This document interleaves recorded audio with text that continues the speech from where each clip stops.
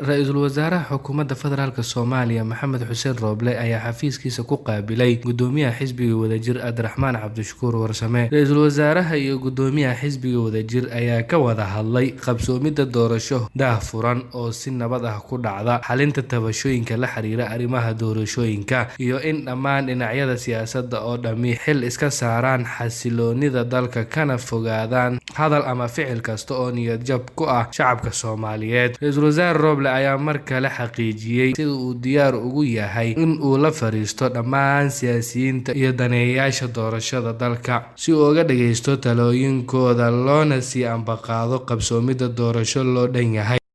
Bismillahir Rahmanir Rahim.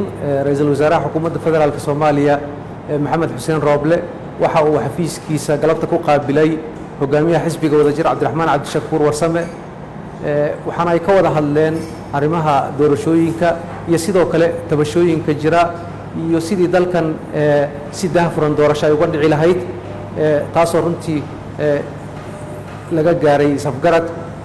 sidoo kale ra'iisul wasaaraha xukuumadda federaalka Soomaaliya waxa uu ku celiyay hadalkiisii ahaa oo hore ugu sheegay in had iyo jeer uu diyaar u yahay in uu la fariisto dhinac walba oo leh fikrad ka duwan ama aragti qaba ama maartay tabasho qaba. sidaa darteed ra'iisul wasaare wuxuu sheegay inuu had iyo jeer diyaar u yahay in uu cid walba la kulmayo, siyaasiyiinta kale iyo cid kasta oo danaynaysa arrimaha siyaasadana uu kala hadlayo si dalkan.